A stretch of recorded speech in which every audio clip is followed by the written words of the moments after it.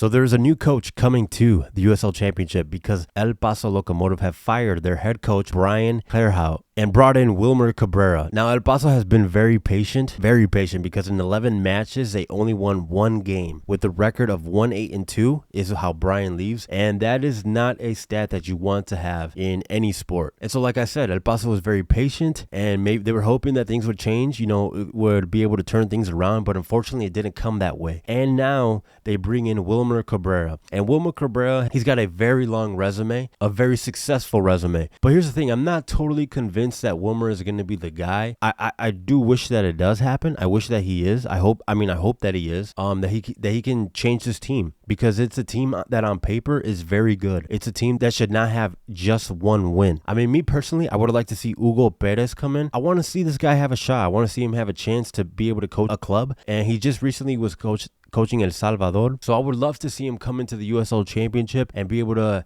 get the opportunity to coach, a club team. But like I said, Wilmer has a very successful resume. But the thing is, he's kind of had that success in the past. It's not very recent in the sense of trophies. He was coaching in the MLS. He was coaching in the US national team, and now he was coaching most recently with Rio Grande Valley. RIP Toros, RIP San Diego. But yeah, he was coaching there, and he was able to bring them into the playoffs. And to a lot of teams, that is a success, to be able to go to the playoffs, to have a team being able to compete and make it that far. And of course, you want to win trophies. That is the ultimate goal. That is the ultimate pedigree. You want to have a championship star over your crest. Me personally, I don't think it's a failure to go into the playoffs often. Something that I truly admire is, this is a total different sport, but the Pittsburgh Steelers, they've only had 4 coaches, I believe, in all of their history. And so a lot of times with coaches, they go to a team, it doesn't work out, then they come to another team, and then it's same thing. It's almost like, what did you expect? And a lot of teams are just hopping on coaches, a jump. And so coaching is a very tough job. If the team doesn't do good, it falls on you.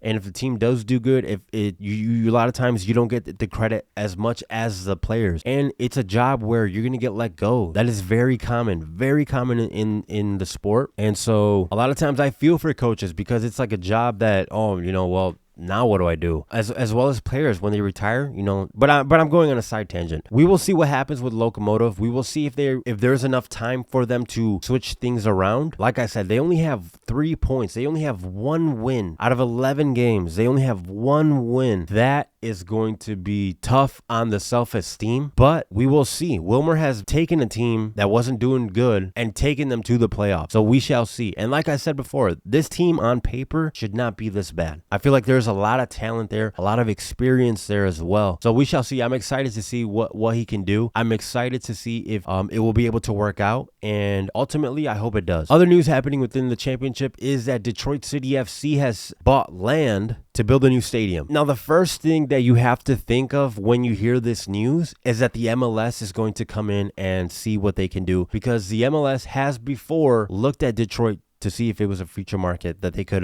bring a team to. And when Indy 11 came out and said that they were buying a stadium, this is when the news broke out that the MLS and the mayor wanted to bring a team. Well, not the MLS. The mayor wanted to bring an MLS team, but MLS is kind of in the background seeing like, hey, maybe not. We shall see. It's a developing story, so we shall see if anything comes out of that. But when Detroit announced this, you had to think, okay, here we go. The MLS poachers, here they come. They're going to try to see. Detroit City FC is doing very well within the organization. They're a club that has very high attendance averages, and I know that that's not a secret to the MLS. The MLS, what they do is they look at the USL Championship and they say, okay, which teams are working, which teams are not? Is there a market there? They're sitting in the back and observing. They're sitting in the back and poaching. They're just waiting to see. So it's exciting overall news, because Detroit City FC, the stadium they play at is very small, but it's a stadium that gets full, and that's something you want to see. But the way that when I had seen an article was that the owners are looking at an architect from Europe and from here, and they want to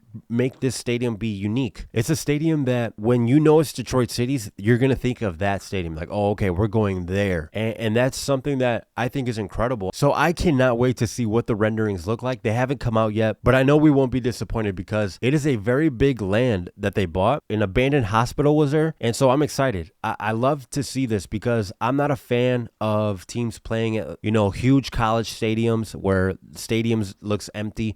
I'm not a big fan of them playing in a baseball field. I would love to see just a soccer specific stadium for a soccer team. There's nothing better than going to go see a game, having a cold one, and watching it with that cover of knowing that, okay, I'm at a soccer stadium. Just the overall atmosphere is better, vibe is good, and so there's a lot of uniqueness with Detroit. So I'm excited to see what they bring, what they can kind of take away from that Detroit feeling and bring it into the stadium. So we shall see. It's a very exciting time to be watching this league, the USL Championship. I will always say it gets bigger. New Mexico also is bringing in a new stadium. Indy 11, well, maybe we'll see now. And now Detroit City. And so this is all great. All leading into the World Cup. You have Copa America just around the corner. These are exciting times. But yeah, guys, the Open Cup is happening right now while I'm recording. And the first game that I was watching was Charleston versus Atlanta. And it was 0-0, goes all the way to penalties. Charleston was winning. And then all of a sudden, things turn around and Atlanta ends up winning the game. So Charleston is out. I saw FC Tulsa is out. New Mexico United beat NYCFC 2. I mean, we're not really shocked there. It was kind of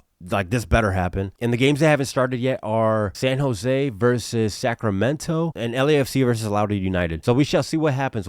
I'm hoping more USL teams are able to advance. Please, guys, if you like this video, please give this video a like. It really helps me out and it gets the exposure out for the USL Championship for soccer in the United States. And also, I would love to hear what you guys think. Is El Paso doing a good move by bringing in Wilmer Cabrera, or would you have liked to see someone else come in? And also, are you a fan of Detroit City announcing that they're going to get a new stadium? Would you have liked to see them stay where they're at? Because there's already so many memories there, or are you for upgrading and essentially improving along the way? Let me know what you guys think, and I will see you guys all on the next one.